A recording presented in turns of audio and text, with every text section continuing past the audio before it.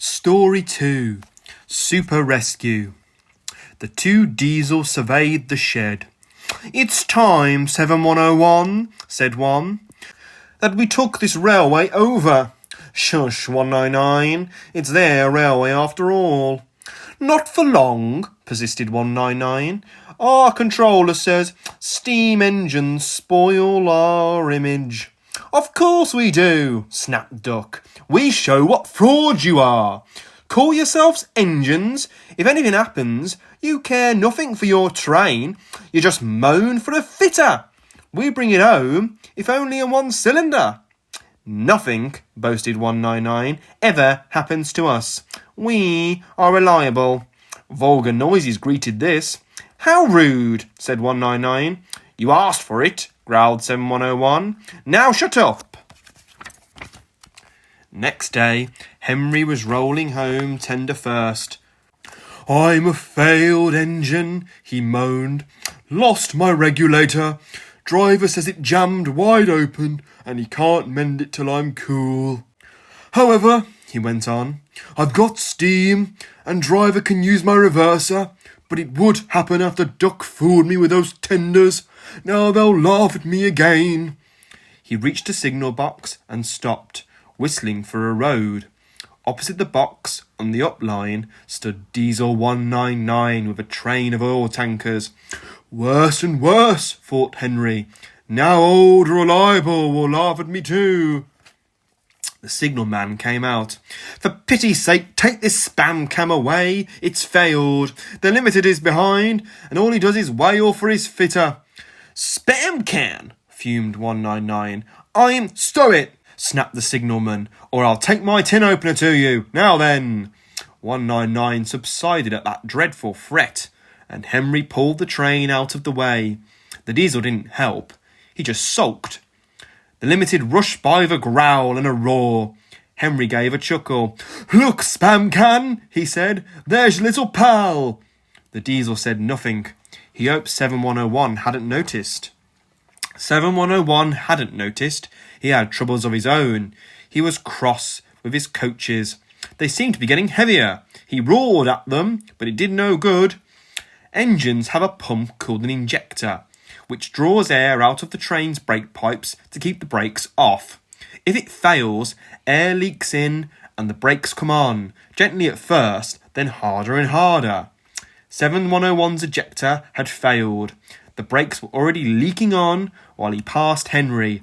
He struggled on for half a mile before being brought to a standstill, growling furiously, unable to move a wheel. Well, well, well, did you hear what Signalman said? I thought they'd be laughing at me. Now the joke's on them, chuckled Henry. Moving two dead diesels and their train, said his driver thoughtfully. That's no joke for a failed engine. Do you think you can do it? I'll have a good try, said Henry with spirit. Anyway, 7101's better than old Spam Can. He did try and shut him up last night. Come on then, said his driver. We mustn't keep the passengers waiting. Get moving, you!